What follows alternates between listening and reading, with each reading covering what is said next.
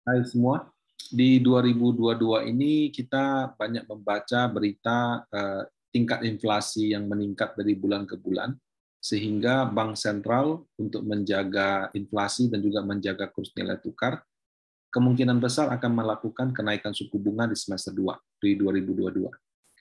Kalau kita belajar teori, suku bunga naik, harga obligasi turun. Yang jadi pertanyaan, kalau suku bunga risk free naik, BI rate naik, harga saham naik atau turun? Nah, Bapak Ibu bisa melakukan studi kasus sendiri dengan menggunakan cara yang akan saya sharing. Nah, sebagai contoh ya, di sebelah kiri ini ada grafik harga saham Bank BCA dengan risk free. Kalau kita perhatikan, risk free-nya naik, ya, kan logikanya kalau BI rate naik, orang khawatir dengan ini itu sehingga saham dijual. Kenyataannya harga saham Bank BCA malah naik di sini.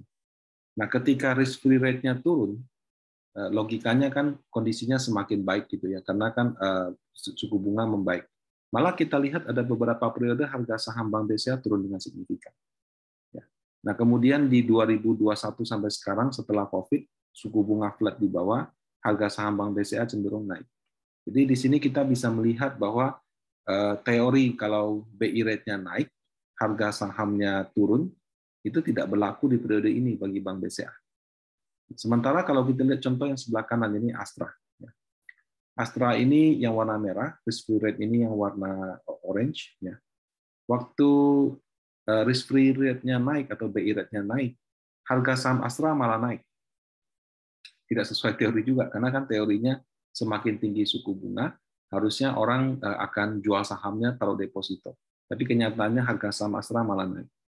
Nah, ketika suku bunga menurun, ibaratnya kan taruh bunga di bank makin hari makin kecil. Orang akan alihkan ke saham. Kenyataannya malah harga saham Bank Astra malah turun. Nah, jadi agak sulit untuk mencari kesimpulan karena ada BCA yang harga sahamnya naik terus, ataupun ada harga Astra yang naik turun seperti ini. Nah, bagaimana cara membuat grafik seperti ini? Anda bisa ke Excel yang sudah saya siapkan dengan langkah-langkah sebagai berikut. Nah, ini Anda bisa cek ya di video saya yang sebelumnya tentang risk free rate. Ini adalah data risk free dari BI periode 2016 sampai sekarang. Nah, saya short data.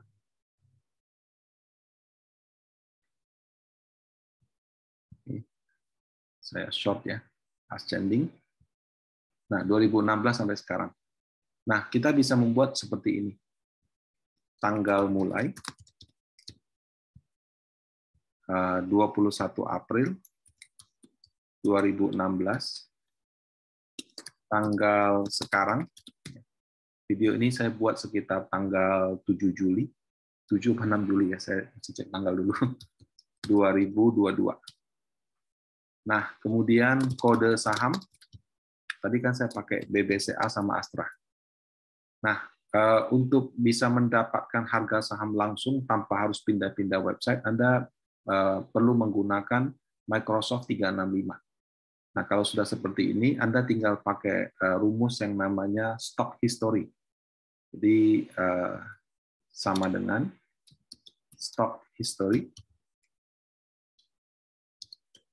Ya, ingat ini harus Microsoft 365 ya, yang original tentunya.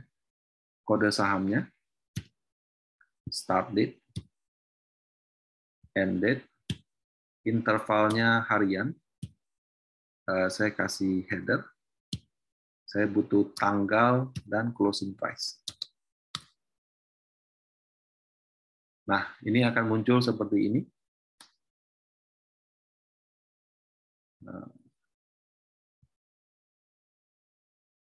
Jadi harga saham Bank BCA dari 21 April sampai dengan 7 Juli. Nah, format tanggalnya saya samakan dengan yang ada di risk free. Jadi saya pakai date biar kelihatan bulannya. Nah, kalau mau buat grafik kayak tadi bagaimana? Ya, kita perlu risk free-nya dulu. Oke.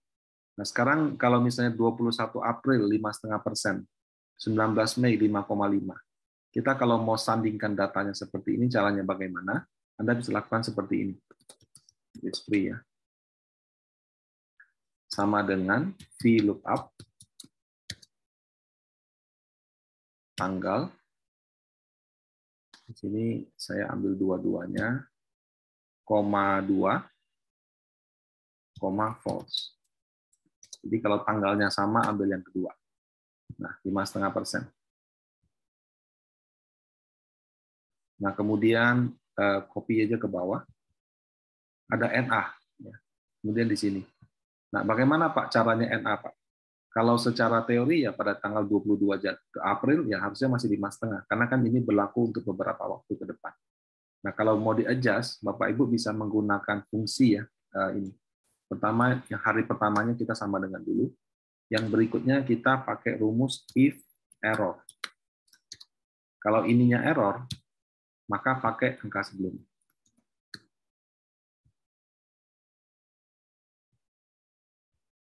Nah, dengan demikian kita sudah bisa dapatkan harga saham dan risk free dengan jumlah data yang sama. Dimana kalau dia ada perubahan, contoh misalnya 525, otomatis dia berlaku berikutnya. Nah, kemudian untuk membuat grafik ya Bapak Ibu, kita perlu bikin lagi kolom sendiri ya. Jadi di sini tanggal sama dengan ini, kita copy ke bawah.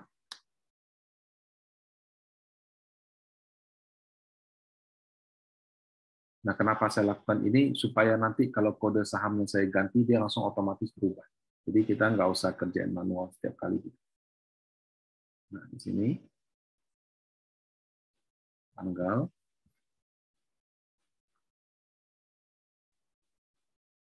Nah, kemudian ini adalah kode saham, langsung aja sama dengan ini. Ya, PBCA, ini sama dengan harganya. Nah, ini saya ini aja.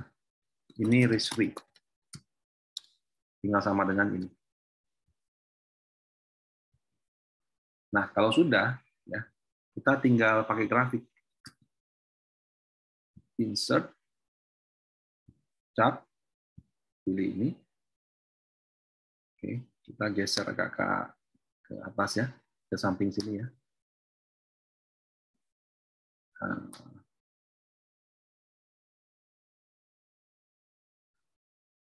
Judulnya saya hapus. Nah, ini kan karena skala ya Bapak Ibu. Ini 9.000, ini 5%. Supaya lihatnya mudah, Bapak Ibu pakai format data series, secondary axis. Nah, jadi yang risk free menggunakan yang secondary, kalau harga BCA menggunakan yang ini. Nah, jadi Bapak Ibu sudah bisa membuat grafik sehingga bisa menganalisa secara dengan visual. Waktu BI rate-nya naik, harga BCA malah naik ya. Waktu BI rate-nya turun, harga BCA-nya sempat naik dikit, habis itu malah jatuh. Ya. Jadi teori kalau BI rate-nya naik, jelek untuk saham, ternyata nggak berlaku juga untuk BCA. Nah, sementara kalau BI rate turun, orang pindahkan dari deposito ke saham, ternyata nggak juga. Setelah itu malah sahamnya crash, padahal bunganya masih turun terus. Jadi penurunan suku bunga tidak serta-merta positif untuk BCA, kenaikan suku bunga juga tidak serta-merta negatif, ternyata masih naik. Nah, bagaimana dengan Astra? Nah, kalau sudah seperti ini, Bapak Ibu, gampang. Tinggal ganti aja. ASII. Ini karena pakai rumus stock history, dia sudah otomatis. Nah, langsung grafiknya berubah jadi Astra. Tadi contoh saya kan. Nah, pada saat risk-free rate-nya naik, malah harga saham Astra naik. Berarti kan teorinya tidak sama. Pada saat risk-free rate-nya turun, harga saham Astra malah jatuh.